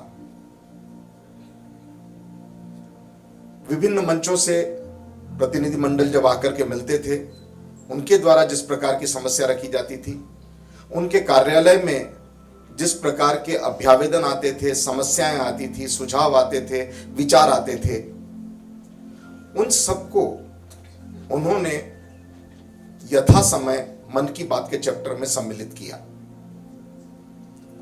प्रत्येक एपिसोड का एक फॉर्मेट था जिसके अंदर एक कोई प्रमुख समस्या थी, सामाजिक समस्या थी, उसको उन्होंने उसमें उठाया। एक ऐसे अनुकरणीय उदाहरणों की श्रृंखला सामने रखी जो सार्वजनिक जीवन में अपने आचरण से एक अच्छा प्रभाव छोड़ रहे हैं और जिसका अनुकरण युवा पीढ़ी को करना चाहिए। राष्ट्र प्रेम के विषय, महापुरुषों के स्मरण और इसके साथ ही तात्कालिक घटनाओं की प्रासंगिकता के विषय पर उन्होंने अपने हर एपिसोड में चर्चा की। 36वें एपिसोड के अंदर उन्होंने चर्चा करते हुए कई सारे विषयों को समावेशित किया था।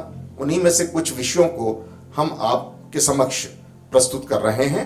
उन पर विचार करें और उन पर विचार करने के बाद अपने व्यवहार में लाने के लिए एक संकल्प लें।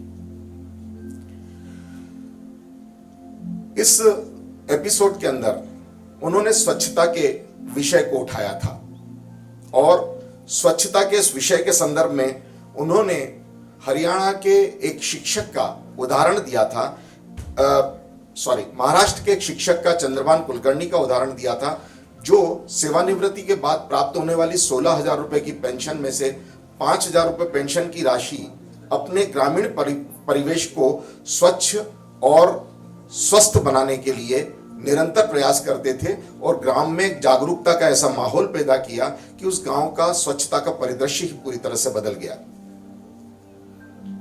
उन्होंने अपने विचारों को व्यक्त करते समय इस बात को भी रेखांकित किया था कि पहले भारत के ग्रामीण परिवेश के बारे में यह धारणा बनती जा रही थी कि गांव में बीमारियों का वास हो रहा है और इसका मूल कारण अस्वच्छता है। और इस बात को उन्होंने साबित भी कर दिया कि जैसे जैसे लोगों का ध्यान स्वच्छता के उस अभियान की ओर आकर्षित हुआ, वैसे वैसे गांव के अंदर होने वाली बीमारियों की स्थिति में भी परिवर्तन आया और अब गांव में एक अच्छे स्वास्थ्य का वातावरण निर्मित हो सका है। इस एपिसोड के अंदर उन्होंने महिला और पुरुष विभेद की जो स्थिति थी और जिसके कारण बच्चियों के प्रति एक नकारात्मक भाव समाज के अंदर आ रहा था और उससे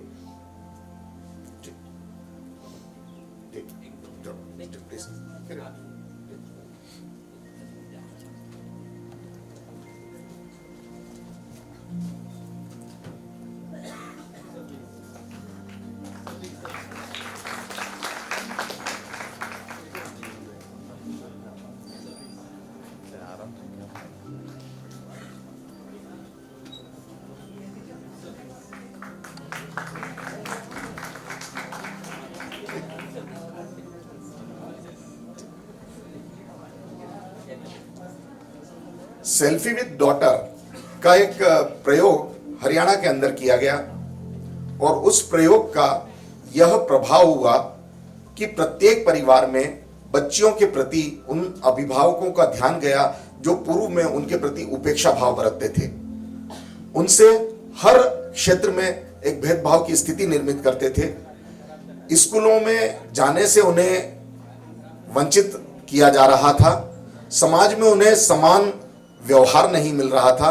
लेकिन इसी का परिणाम हरियाणा के अंदर यह दिखाई दिया कि वहां पर 2011 की सेंसस के अंदर जो चाइल्ड सेक्स रेशियो था वो बहुत ही विपरीत था।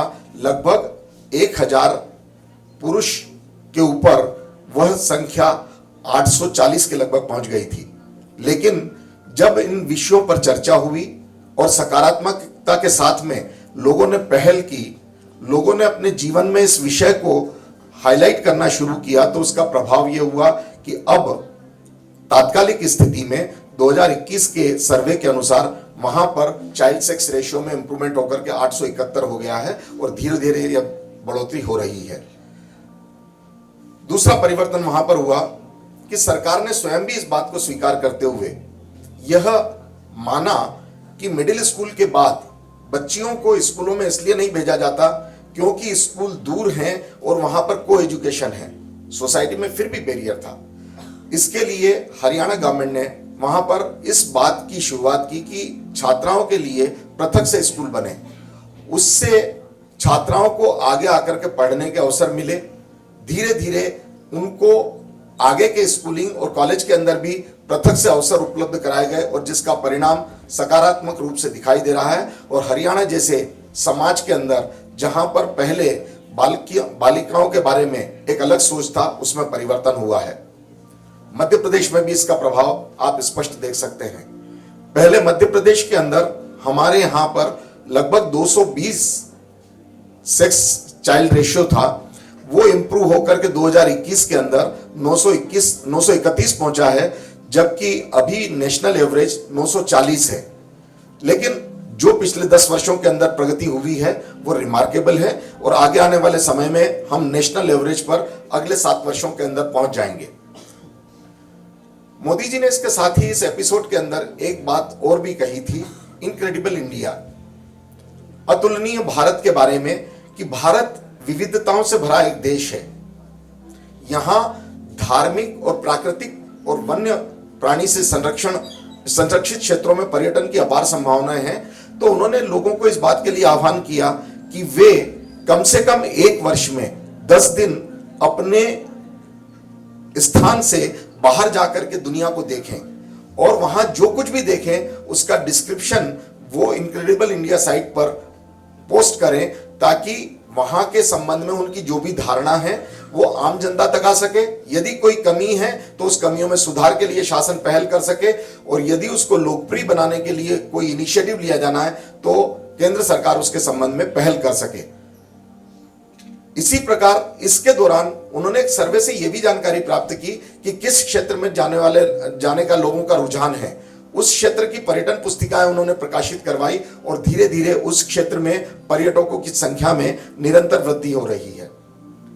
इसी 36वें एपिसोड में उन्होंने खादी के उपयोग के ऊपर भी बहुत फोकस किया था और उन्होंने कहा था कि हमें खादी अपनाना चाहिए और ग्रामोद्योग के माध्यम से हम चरखों के चलाने की प्रवृत्ति को पुनः शुरू करें, ग्रामीण क्षेत्र में रोजगार उपलब्ध कराएं और जो खादी के कपड़ा बने उसके वस्त्र को हम धारण करें तो निश्चित रूप से हम भारतीयता की इस भावना को आगे तक प्रसारित कर सकेंगे। इसका असर हुआ। आज खादी के उत्पादन में 2017 की तुलना में लगभग 3 गुना वृद्धि हुई है। भारत सरकार ने इसके लिए प्रमोशनल इवेंट शुरू किए हैं। कई फेयर्स इसी के ऑर्गेनाइज होते हैं जिसके अंदर सिर्फ खादी ग्रामोद्योग के प्रोडक्ट ही रखे जाते हैं। आज पर्दों के अंदर, कपड़ों में, बेडशीट्स और लिनन के अंदर, टॉवेल्स में खादी के कपड़ों का उपयोग बड़ी तेजी से हो रहा है और इस प्रकार धीरे धीरे खादी के चलन से ग्रामीण क्षेत्र में रोजगार के अवसरों में भी वृद्धि हुई है। मन की बात के अंदर किए गए इस उल्लेख से निश्चित ही लोगों का जनमानस बदला है और इस प्रकार इसका इंपैक्ट दिखाई दिया। एक बात इसमें और भी स्वच्छता के संबंध में एक उदाहरण उन्होंने दिया था और वो उदाहरण हम सब लोगों को स्मरण कराता है। श्रीनगर की डल लेक झील के अंदर बिलाल डार नाम का एक 18 साल का बच्चा, जिसके पिता का देहावसान जब वो 12 वर्ष की उम्र का था तभी हो गया था। उसकी आर्थिक स्थिति अत्यंत दयनीय थी, लेकिन उसने अपनी आजीविका के लिए स्वच्छता को मार्ग अपनाया और बाद में स्वप्रेरणा से डल लेक के अंदर वो एक किश्ती लेकर के और वहां से प्लास्टिक की बॉटल्स, पन्नियां और विभिन्न प्रकार का कचरा वो एकत्रित करके उसको बाहर निकालने का काम शुरू करना उसने प्रारंभ किया।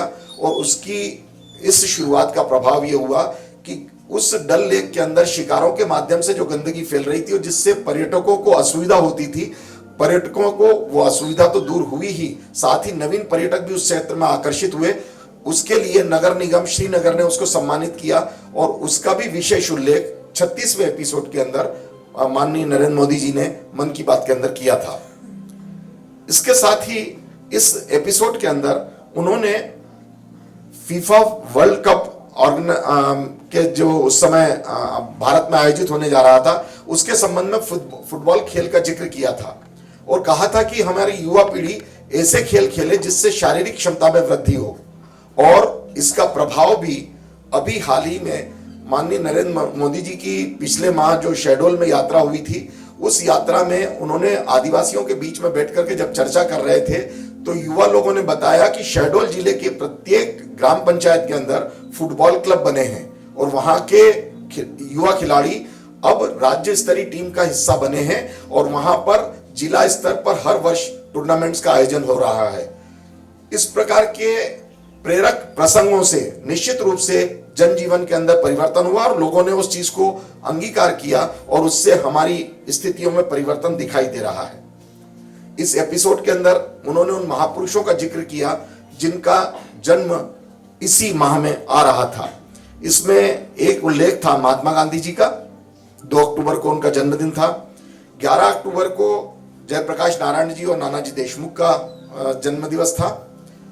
इसी माह में 25 सितंबर को दीनदयाल उपाध्याय जी का जन्मदिन था। उसके संदर्भ में भी उन्होंने रेफरेंस दिया और उनके भारतीय समाज में उन्होंने जो योगदान दिया उस योगदान का भी उल्लेख उसके अंदर किया था और ये कहा था कि हम उनका स्मरण करें ही, साथ ही उनके द्वारा बताए गए मार्ग पर हम चल करके सही अर्थों में उनके प्रति अपना विश्वास और आस्था व्यक्त करें। इसके साथ ही उन्होंने इस प्रसंग के अंदर नानाजी देशमुख के ग्रामीण विकास के क्षेत्र में किए गए योगदान का विशेष उल्लेख किया और उस प्रसंग को भी उन्होंने सबके सामने रखा, जिसमें देश के राष्ट्रपति माननीय अब्दुल कलाम जब वहां गए थे तो उन्होंने राष्ट्रपति के रूप में जाकर के और चित्रकूट यूनिवर्सिटी में नानाजी के साथ में जब मुलाकात की तो उन्होंने ग्रामीण विकास के संबंध में उनके द्वारा किए गए प्रयासों की सराहना न सिर्फ उस अवसर पर वरन अनेक अवसरों पर उसका उल्लेख किया। ग्रामीण विकास के संबंध में जो उनकी अवधारणा थी समग्रता की, उस समग्रता की सोच की ओर उन्होंने युवाओं का ध्यान आकर्षित किया था। इसी अवसर पर उन्होंने 31 अक्टूबर को सरदार वल्लभ भाई पटेल के जन्म दिवस के अवसर पर, जिन्होंने पूरे देश को एकता के सूत्र में पिरोया था, उनके लिए रन फॉर यूनिटी जो आयोजन होता है उसके अंदर भाग लेने के युवाओं का आह्वान किया और उन्होंने इस बात को विशेष रूप से रेखांकित किया था कि आजादी के अंदर जिन लोगों ने अपना योगदान दिया है हम उनको विस्मृत न करें, हम उनको निरंतर स्मरण करते रहें ताकि आगे आने वाले समय में हम अपने देश के प्रति अपने दायित्वों का निर्वहन करने को सदैव तत्पर रहेंगे। जब उन्होंने देश में पर्यटन के संदर्भ में जिक्र किया था तब उन्होंने युवाओं को यह भी आह्वान किया था कि हम देश के विभिन्न अंचलों में जाकर वहां की स्थानीय संस्कृति, पहनावा, खान पान, बोलचाल, उनके त्योहार, उनके जीवन शैली को नजदीक से देख करके समझें और भारत की विविधता को पहचाने। यही विविधता भारत को एकता सूत्र में पिरोने की एक शक्ति है और जब तक हम इस भावनाओं को, मूल भावनाओं को नहीं समझेंगे तब तक हम इस देश को एक सूत्र में पिरोकर नहीं रख सकेंगे। ये 36वां एपिसोड जो था इस दृष्टि से भी महत्वपूर्ण था कि उन्होंने प्रत्येक व्यक्ति को एक संकल्प लेने के लिए भी प्रेरित किया था कि आप एक छोटा संकल्प लें लेकिन उस संकल्प का पालन करें। यह संकल्प हम सबके जीवन में एक अनुशासन ला सकता है, हमारी इच्छा शक्ति को बढ़ा सकता है, हमें अपने सफलता के मार्ग पर चलने के लिए दृढ़ निश्चयी बना सकता है। इसलिए प्रत्येक युवा वर्ग के साथी को अपने इस आयोजन के दौरान एक संकल्प अवश्य लेना चाहिए ताकि वो अपने लक्ष्य को प्राप्त करने में सफल हो सके। इस प्रकार जितने भी एपिसोड हुए आज तक 103 एपिसोड जो हुए हैं, प्रत्येक एपिसोड के अंदर उन्होंने समसामयिक विषयों को भी उसमें समावेशित किया था और उन विषयों के माध्यम से देश को अपने विचारों से अवगत तो कराया, साथ में उन विषयों को बाद में किसी न किसी तरीके से शासन की योजना का अंग बनाते हुए समाज में एक परिवर्तन लाने के लिए पहल की। हम सब इस संदर्भ में मध्य प्रदेश को भी यदि देखें तो मन की बात के अंदर उठाए गए विभिन्न विषयों पर मध्य प्रदेश शासन ने भी अपनी अनेक योजनाएं और अनेक कार्यक्रम बनाए और ये सब कार्यक्रम समाज में उस अंत्योदय वर्ग को आगे लाने के लिए, युवा वर्ग में आत्मविश्वास पैदा करने के लिए, महिलाओं के सशक्तिकरण के लिए उठाए गए कदम बने और इसी से आज हमारा प्रदेश एक समृद्ध प्रदेश बन रहा है। इसके लिए हम माननीय नरेंद्र मोदी जी को मन की बात के माध्यम से रखे गए विचारों के उस अवसर पर हम उनको स्मरण करके उनको हम याद दिलाना चाहते हैं कि उन्होंने जो कुछ कहा वो इस समाज में अनुकरणीय था, प्रैक्टिकली उसको इंप्लीमेंट किया जा सकता था और शासन ने अपनी इन योजनाओं के अंदर समावेशित करके उनको लागू किया। मैं सोचता हूं कि आज के अवसर पर हम सब सिर्फ एक एक एपिसोड, दो एपिसोड जितना हमने सुना उतने तक ही सीमित न रहते हुए हम एक समय निकाल करके प्रत्येक एपिसोड को सुने और उस पर मनन करने के बाद उसमें से कम प्रत्येक एपिसोड से एक ऐसा बिंदु निकालें जो हम अपने जीवन में आगे लागू कर सकें और अपने जीवन को बेहतर बना सकें। धन्यवाद।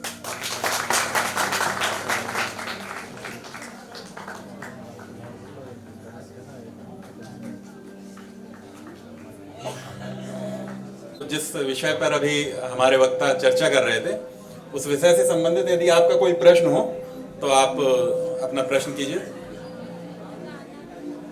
कोई है, अपना हैंड रेज कीजिए तो आप तक माइक पहुंचाएंगे।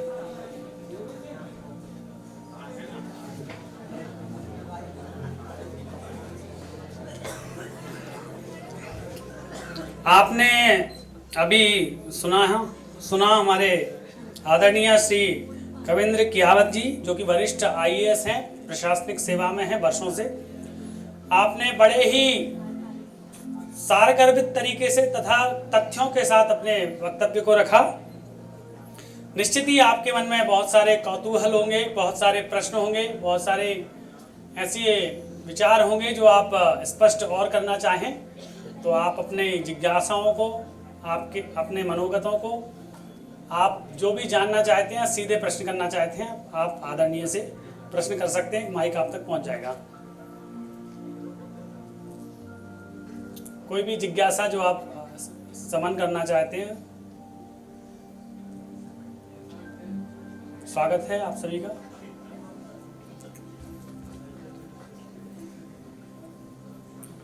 चिरायू कॉलेज, तो चिरायू कॉलेज के यहाँ मेधावी छात्र बैठे हैं। निश्चित ही चिरायू का नाम आते ही हमारे मन मस्तिष्क में आता है कि बड़े ध्यान से, बड़ी तल्लीनता से आपने सुना होगा, चूँकि आपका आयुर्विद्या आज का नाम मेडिकल आप कहते हैं, लेकिन आयुष मुख्य नाम होता है। तो आयुष मंत्रालय भी आपसे जुड़ा है, तो आपके ऊपर बड़ा कार्यभार है।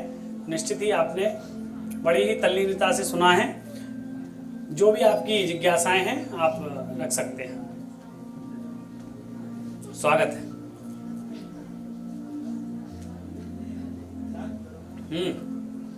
हाँ, कहीं आवाज आ रही है, पूछ सकते हैं आप, माइक पहुंच जाएगा।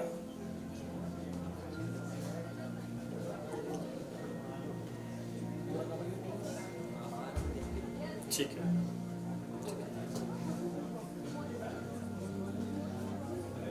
वक्तव्य को सुना और आगे की चर्चा करने, आपके साथ कुछ और मनोगत साझा करने आदरणीय श्री राजेश शुक्ल जी हमारे मध्य हैं, वो आपसे चर्चा करेंगे।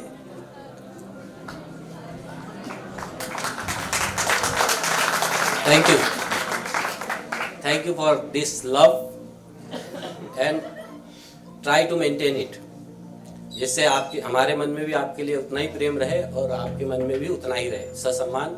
थोड़ी समय बाद हमारे बीच वक्ता हैं, अगर ये सत्र निश्चित रूप से थोड़ा सा ज़्यादा चल गया है ना, उसके लिए कई कारण होते हैं, क्योंकि हम अटेम्प्ट जो कर रहे हैं वो Guinness book of world record के लिए कर रहे हैं। इसमें बहुत मेहनत है, मतलब आप सोच सकते हैं आपको 1 घंटा बैठना मुश्किल हो रहा है, हम 100 घंटे कार्यक्रम कैसे कर रहे हैं, ठीक है। So you should appreciate our team work और हमारे एफर्ट्स को, और इसी तरह जिस तरह आपने गर्मजोशी के साथ हमें आपने किया, एक बार जोरदार तालियां आप अपने लिए। थैंक यू वेरी मच, धन्यवाद। हमारे बीच में अध्यक्ष पद को अलंकृत कर रहे हैं आदरणीय श्री शिव कुमार विवेक जी। मैं आपसे भी अनुरोध करूंगा कि आप वर्तमान में स्वदेश के संपादक हैं तथा दैनिक भास्कर जैसी विभिन्न पत्रिका संस्थाओं से या समाचार पत्रों से आप जुड़े रहे हैं, तथा विभिन्न पत्रकारिता से संबंधित जो भी विषय हैं, सेमिनार्स हैं, राष्ट्रीय अंतर्राष्ट्रीय स्तर के, उनसे आप जुड़े हैं। तो ऐसे आदरणीय श्री शिव कुमार विवेक जी को मैं आमंत्रित करता हूं कि आप भी अपने मनोगत भावों को रखें। आदरणीय।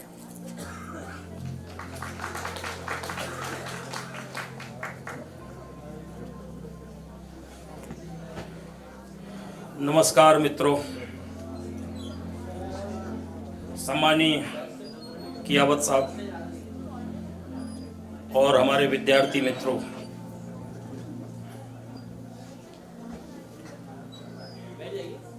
हाँ आप बैठ जाइए, फिर मैं बात करता हूं आपसे।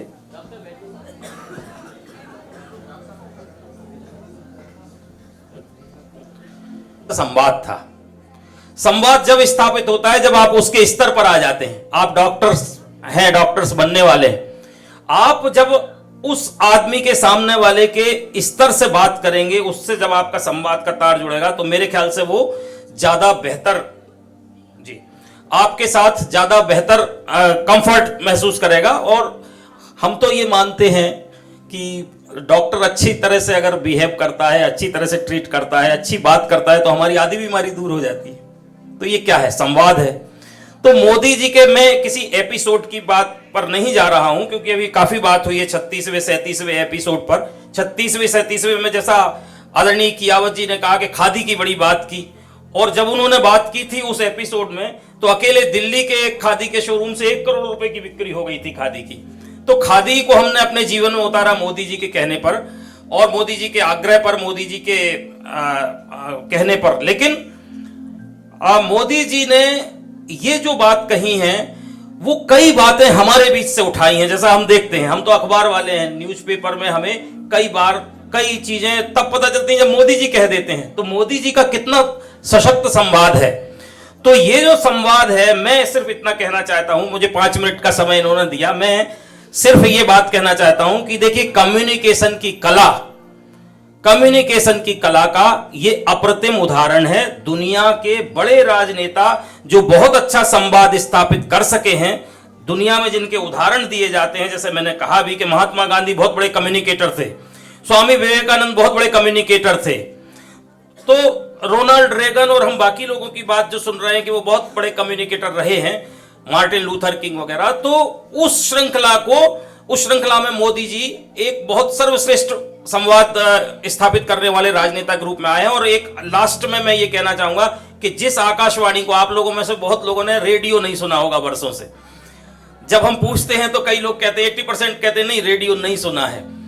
तो रेडियो जो आकाशवाणी है, जो सबसे विश्वसनीय माध्यम है संवाद का, मोदी जी के मन की बात के बाद रेडियो फिर से रिवाइव हुआ है। और रेडियो की आप अगर आज की इनकम सुनेंगे, मन की बात के समय जो करोड़ों रुपए की जो उससे आय हो रही है, वो खुद आंकड़े बताते हैं कि रेडियो कितना लोकप्रिय है। घर घर में रेडियो सुना जाता है और इतना सुविधाजनक माध्यम है कि हम कोई भी काम करते हुए रेडियो सुन लेते हैं। मोदी जी ने उस रेडियो को अपने संवाद का माध्यम बनाया है। तो मैं सिर्फ इतना अंत में कहूंगा कि ये हमें, आपको खासतौर पर हमारे चिकित्सक मित्रों को या चिकित्सा शिक्षा जो प्राप्त कर रहे हैं उनको संवाद की कला के उदाहरण के रूप में इसको देखना चाहिए। और संवाद ही आपके प्रोफेशन की भी जान है। धन्यवाद। बहुत बहुत धन्यवाद श्री शिव कुमार विवेक जी। और बहुत समय हो गया है, हमारे सभी डॉक्टर्स और जितने सभी इंटर्न्स हैं, इन्होंने अपना अमूल्य समय दिया सर। और कार्यक्रम को शीघ्र अतिशीघ्र हम अंतिम चरण में ले जाते हुए आदरणीय अतिथियों को हमारी ओर से स्मृति चिन्ह भेंट करने के लिए मैं सब आमंत्रित करूंगा कपिल जी को कि कपिल जी आएं। और श्री कविंद्र कियावत जी, सीनियर IAS जो भोपाल कमिश्नर रहे पूर्व में, और आपका हमारी संस्था की ओर से यह स्मृति चिन्ह भेंट कर, यह गोल्डन पेन है सर और इस पर मन की बात अंकित है। और साथ ही श्री शिव कुमार विवेक जी को,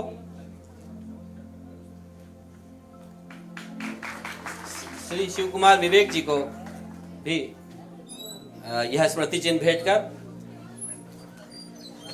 अब मैं आपसे अनुरोध करूंगा, आपने अपना इतना अमूल्य समय दिया और इतने धैर्य से आपने हमें सुना, मैं संस्था की ओर से आपका आभार ज्ञापित करता हूं। आप ये देख रहे हैं पंचलाइन, 100 घंटे 100 वक्ता और 100 संकल्प। एक संकल्प है जो देश के हित में हम लोग ले रहे हैं। मैं आपसे अनुरोध करूंगा अपने स्थान पर खड़े हो जाएं। शपथ मुद्रा में एक शपथ हम दोहराएंगे, उस शपथ को आप हमारे साथ दोहराएं। मैं संकल्प लेता हूं कि मैं बाल विवाह, दहेज प्रथा जैसी सामाजिक कुरीतियों के विरुद्ध जन जागरण के लिए पूरा प्रयास करूंगा। जय हिंद। धन्यवाद सर। धन्यवाद चिरायु के समस्त